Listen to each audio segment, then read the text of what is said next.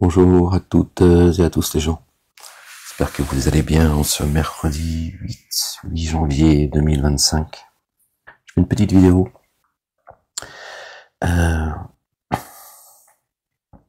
concernant le verset 34, de la sourate 4, du chapitre 4. J'ai écouté une petite vidéo en déjeunant et j'entendais une dame qui répondait à 2-3 personnes et ils en sont venus à ce verset-là, au verset 34 de la sourate 4. Donc j'ai entendu tout et n'importe quoi dans un sens comme dans l'autre. Et j'ai d'ailleurs voulu ouvrir le livre, mais comme j'étais en train de déjeuner, mais plusieurs fois j'ai eu envie d'ouvrir le livre. Pour la petite histoire, je vous raconte. Et donc j'ai écouté, je pense une bonne vingtaine de minutes, parce qu'après, bon, ça m'a commencé à me fatiguer, en fait. C'était redondant, et puis bon, c'est bon, voilà. J'avais pas envie d'écouter plus longtemps. Et puis, à un moment donné, j'ai dit, tiens, je vais ouvrir le livre, quand j'avais terminé de déjeuner. À un moment donné, le livre m'a appelé, j'ai dit, tiens, je vais aller voir le verset 34 de la sourate 4, que j'avais finalement, j'ai en mémoire, mais pas de manière complète. Juste de mémoire. J'ouvre le livre, je tombe sur quoi? Verset 34 de la sourate 4. J'ai loué mon Seigneur exalté soit-il. J'ouvre, je dis tiens, je vais l'ouvrir. Évidemment, je sais que elle se trouve la sourate 4, donc je l'ai pas ouvert en plein milieu, mais je l'ai ouvert, voilà, de manière instinctive, spontanée. Et j'ouvre, boum, je tombe dessus. Verset 34, c'est le premier verset de la page. Le verset la sourate 4. Je sais pas si vous voyez, peut-être. Et je tombe dessus, je dis tiens, c'est un signe. Tu peux pas tomber, t'as une chance sur un trilliard. Et je suis tombé dessus. Bon, c'est pas la première fois que ça m'arrive, je vais pas faire semblant. Ça m'est arrivé, ça m'arrive encore très souvent en réalité. Bon, de raisons différentes de ce pourquoi j'ai ouvert le livre, mais voilà, c'est des choses qui m'arrivent par la grâce de Dieu. Gloire et pureté à lui, exalté soit-il. Mais c'est toujours surprenant. Et à ce moment-là, voilà, si à ce moment-là on écoute son esprit, on écoute son cœur, également, on sait pourquoi c'est arrivé. Si on fait pas attention, après ça s'évapore. Voilà, donc je me suis dit, bon bah, Dieu vient de m'envoyer un signe en me disant expose le verset, hein, puisque lui sait ce que nous cachons, ce que nous divulguons, et donc je pense ça comme un signe venant de Dieu le Père, et je le partage une nouvelle fois avec vous dans la vidéo pour résumer très rapidement. Une femme qui est musulmane, les autres sont athées, soutenant un certain Jacques le Fou, je sais pas quoi.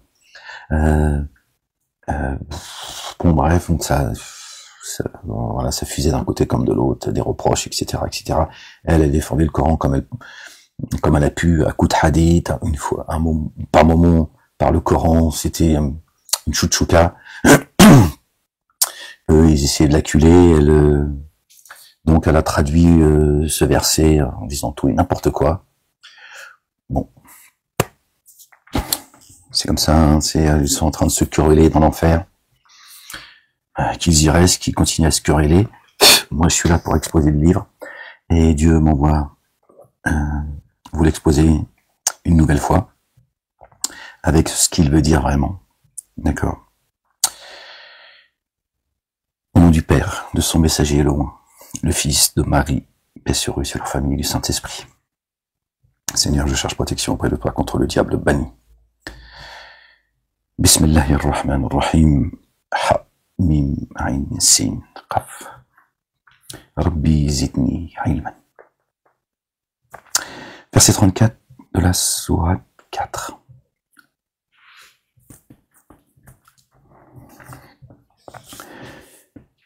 Je vais le lire selon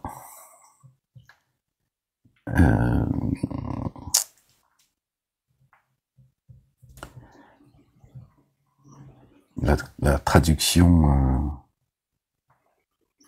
réelle et pas la traduction qu'en a fait Maurice Gloton, comme tous les autres d'ailleurs, en traduisant le mot par femme. On le remplace par âme. D'accord? Vous verrez, ça prend sens, ça n'a plus rien à voir. Les hommes se doivent de se comporter toujours droitement à l'égard des âmes. Ils ont mis les femmes. Voilà. Pour que vous sachiez.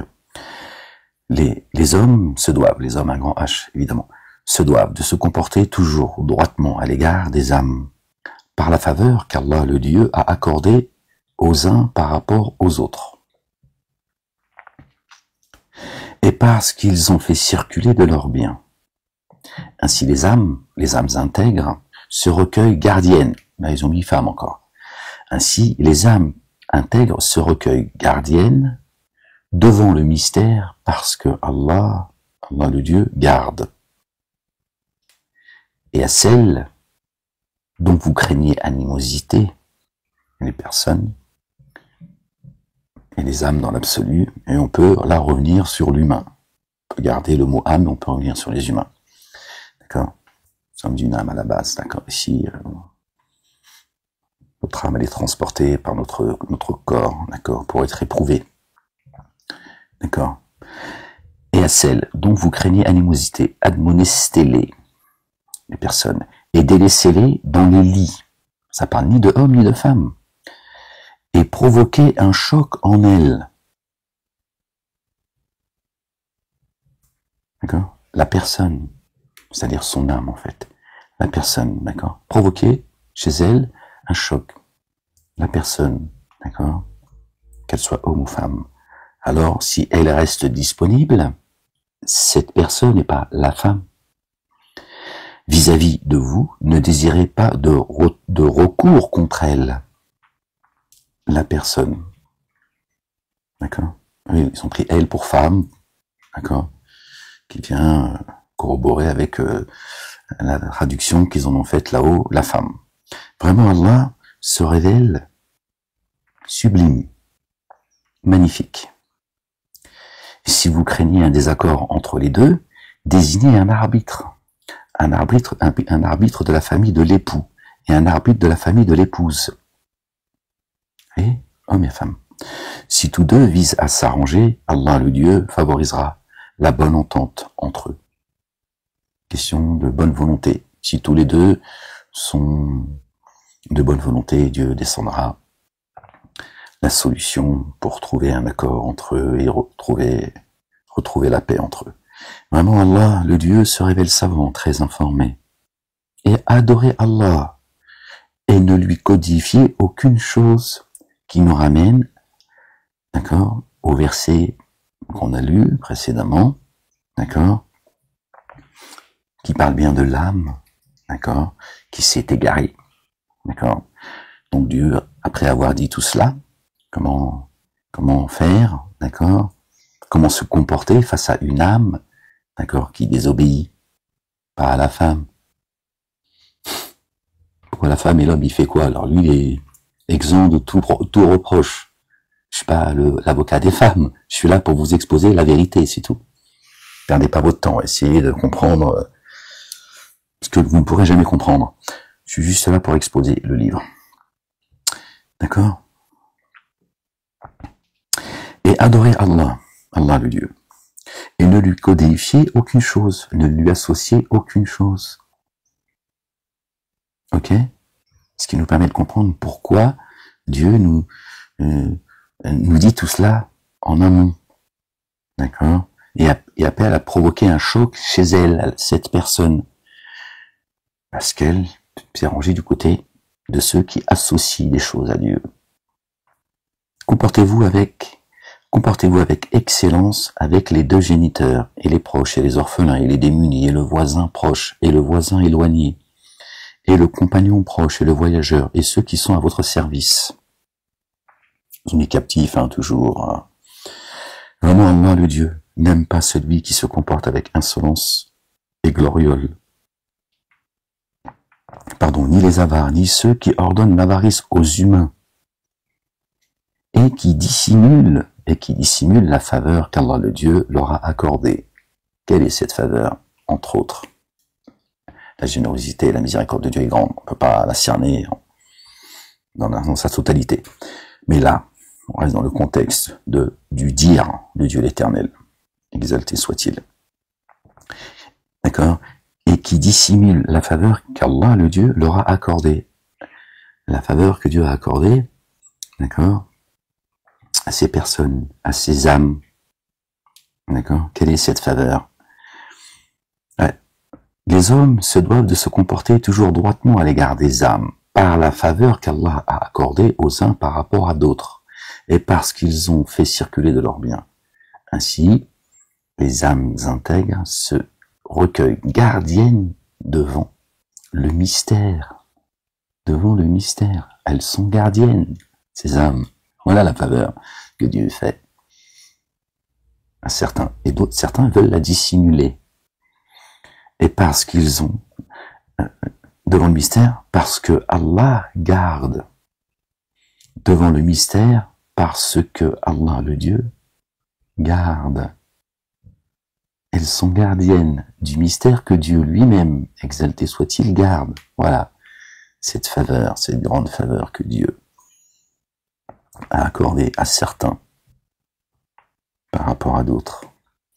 Donc voilà, ça n'a rien à voir, leur discours là, parce qu'après, à un moment donné, ils sont arrivés à Adribuhunna, frappez-les, etc.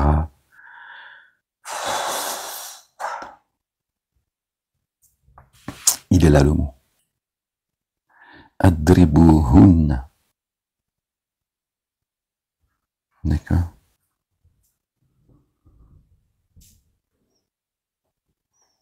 Certains l'ont traduit là c'est traduit provoquer un choc chez elle. Maurice Dauton, il avait déjà compris le sens du dire. Certains l'ont traduit par frappez-les.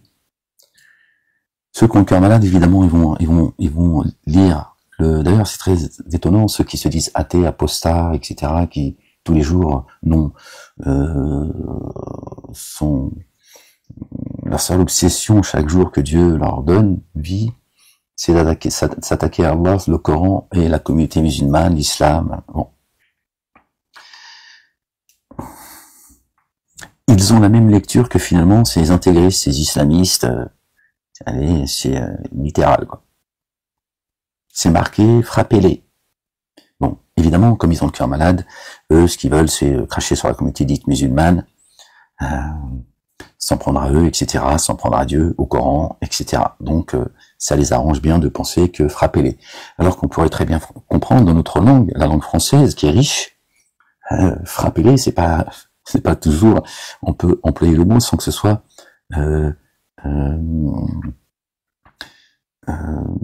pour parler de violence, en fait.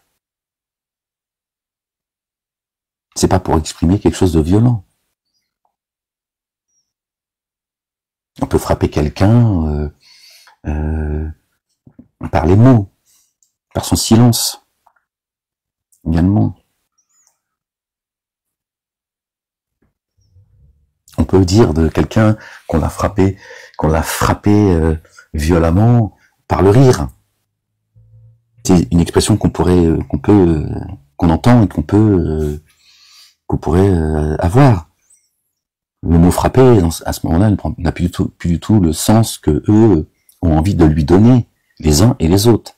Ceux qui disent oui, Dieu a dit frapper parmi les musulmans, et ceux qui disent oui, ça veut dire frapper, regardez, votre Dieu est un Dieu barbare, tout ce que vous voulez. Parce qu'ils ont la même lecture, en fait. Alors que c'est pas du tout ce que Dieu dit. Là, je suis pas dans l'interprétation, moi. Moi, je suis dans l'explication. J'explique ce que Dieu m'inspire. c'est tout. Ok? Dieu m'a inspiré, c'est pas les femmes, c'est les âmes.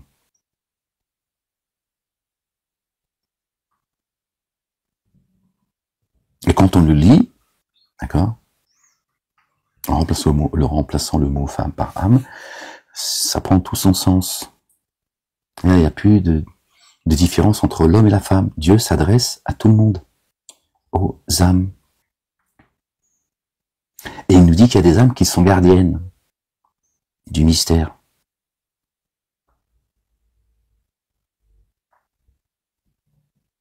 D'accord? Et il nous dit que certains qui sont désobéissants, il y a donc un litige, un contentieux, voire de grosses tensions entre un homme et une femme. Dieu lui dit, provoquez un choc chez elles. Adribuhunna.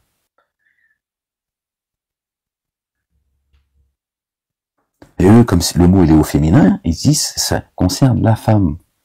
Parce qu'ils n'ont pas compris, ça concerne l'âme. Donc le mot prend tout son sens. Et Dieu, pourquoi il dit frappez-les, d'accord? Provoquer chez elles un choc, frappez-les, c'est pour que l'on comprenne qu'il faut que ce soit ferme, qu'il n'y a pas de négociation avec celui ou celle qui, à un moment donné, désobéit, associe les choses à Dieu. Donc Dieu dit provoquer chez elles, frappez-les, qu'elles ressentent un choc. Le mot employé par Dieu, Dieu a un langage divin, vous le savez. D'accord? C'est pour qu'on comprenne qu'à ce moment-là, d'accord, il faut faire preuve d'une grande fermeté. Que la personne qui est en face, elle prenne peur et qu'elle se dise, ouf, là, ça va se compliquer très sérieusement entre moi et elle ou entre moi et lui. Il va falloir que je fasse le choix et que je l'assume. Soit je me calme et je reviens au commandement, au statut, à l'ordre de Dieu, ou soit je continue dans ma lancée, mais il va y avoir une séparation définitive. Il faut que la personne, elle comprenne que, d'ailleurs, juste après, si vous craignez un désaccord entre les deux, c'est-à-dire qu'ils ne s'arrangent pas, désignez alors un arbitre de la famille de l'époux, un arbitre de la famille de l'épouse. Si tous deux viennent à s'arranger, Allah le Dieu favorisera la bonne entente entre eux.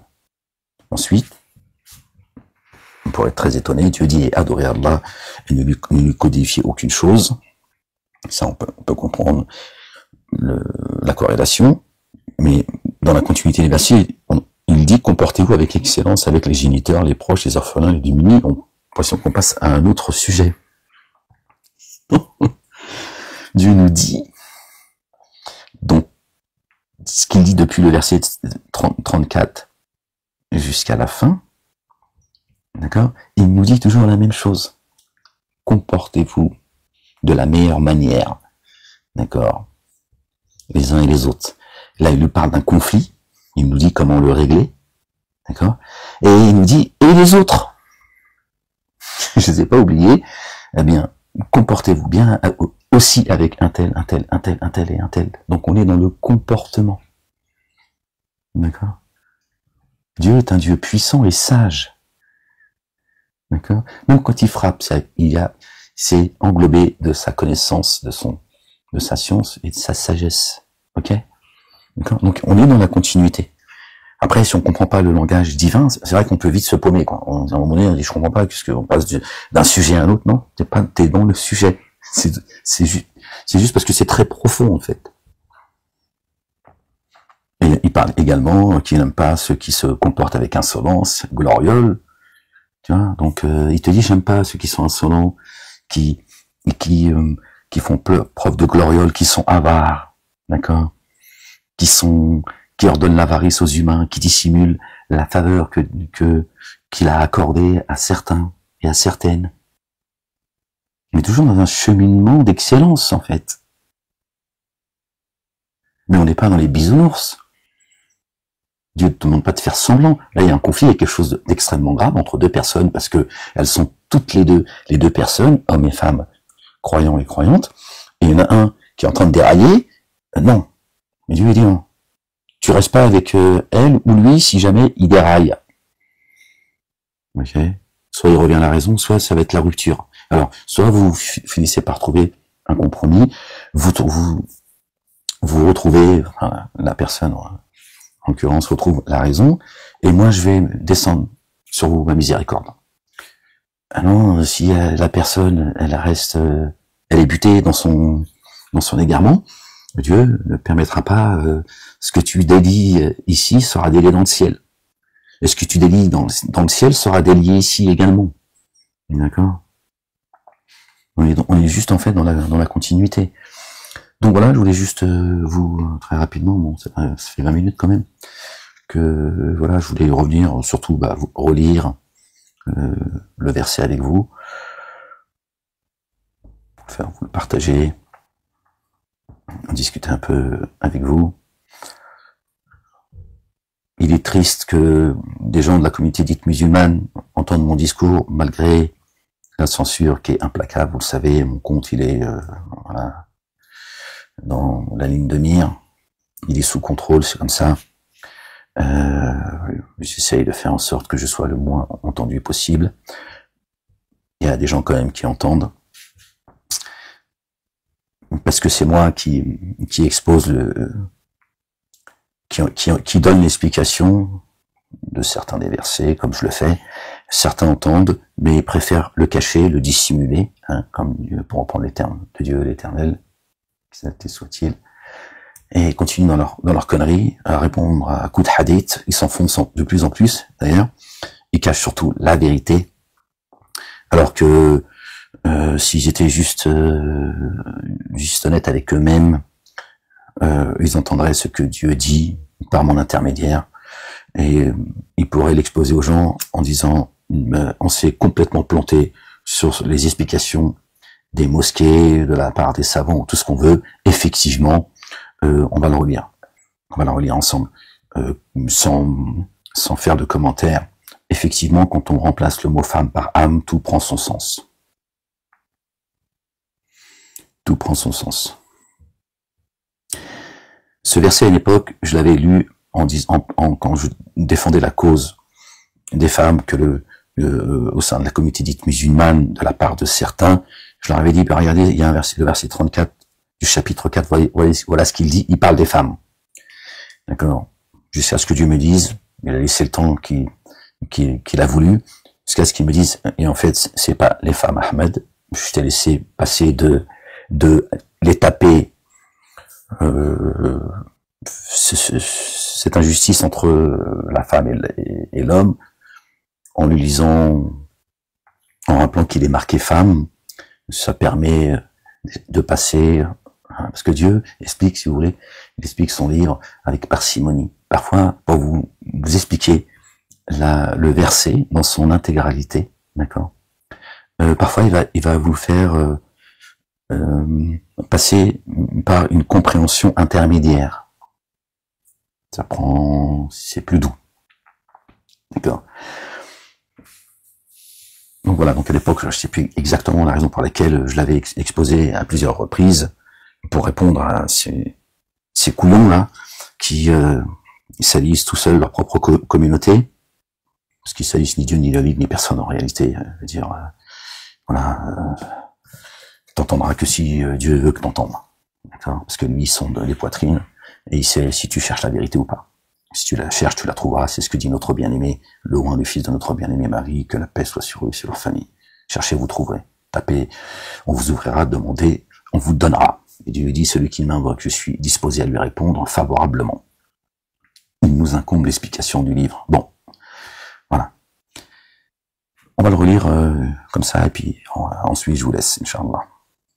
Les hommes, un grand H, se doivent de se comporter toujours droitement à l'égard des âmes, par la faveur qu'Allah a accordée aux uns par rapport à d'autres, et parce qu'ils ont fait circuler de leurs biens.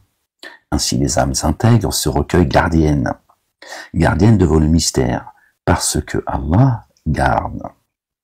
Et celles, les âmes dont vous craignez animosité, d'accord, admonestez-les et délaissez-les dans les lits et provoquez un choc chez elles.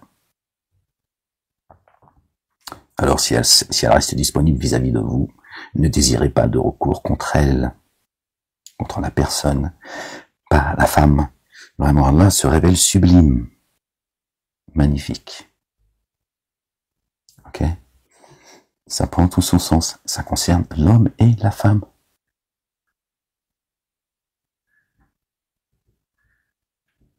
Ça concerne l'homme et la femme. D'accord? Donc, frappez-les, c'est l'un ou l'autre. Sauf que là, c'est adribuhunna, c'est au féminin, parce que si tu comprends pas que ça parle de l'âme, eh ben tu peux que penser que ça concerne les femmes. Alors tu as les autres avec le hadith, c'est ce que disait cette dame, et puis ce que j'ai pu entendre moi, tout au long de mon adolescence. Le prophète a dit, si vous devez frapper vos femmes, frappez-les avec une rose, avec un siwak. Ils essaient de trouver une réponse à leur connerie, parce que sinon on se trouvait cons en fait. Et ils sont encore plus cons. Ça concerne l'âme. Dieu s'adresse aux humains. Et Dieu est un Dieu juste. Il y aurait un verset qui aurait suivi celui-là et qui serait inversé et qui dirait aux femmes, frappez vos hommes. Voilà, les hommes, ils pêchent pas. Il faut nous dire comme ça, moi, on est tranquille, parce que ça, on nous l'a pas dit. Il faut être logique. D'accord. Mais bon, le regard qu'ils ont de leur Dieu, Allah, qu'ils en ont fait un nom, un prénom, pour qu'on se comprenne, tu vois. Il est comme eux, c'est un machiste. C'est un homme, donc il raisonne en homme. Voilà. Pourquoi ils traduisent ça comme ça? Et Dieu est un homme, c'est un barbu. Donc forcément, il descend sa parole avec son esprit de barbu. Voilà. La bêtise. Gloire et pureté à toi, Seigneur, exalté sois-tu. Bon voilà les gens, je voulais juste vous donner, voilà, vous faire partager, vous faire partager ce que j'ai pensé de ce petit bout. Bon, je vais pas vous le faire écouter parce que bon, ça va quoi. Hein, pas besoin de l'écouter elle pour savoir de quoi je vous parle. Les gens, prenez soin de vous, soyez bénis, croyants et croyantes, que Dieu vous protège. Il protège également les gens épris de justice. La ilaha illallah wahdahu la sharika lah. Gloire et pureté à toi, Seigneur, exalté sois-tu. Allez les gens, je vous dis à bientôt pour une prochaine lecture, si Dieu le veut. Prenez soin de vous. Bisous.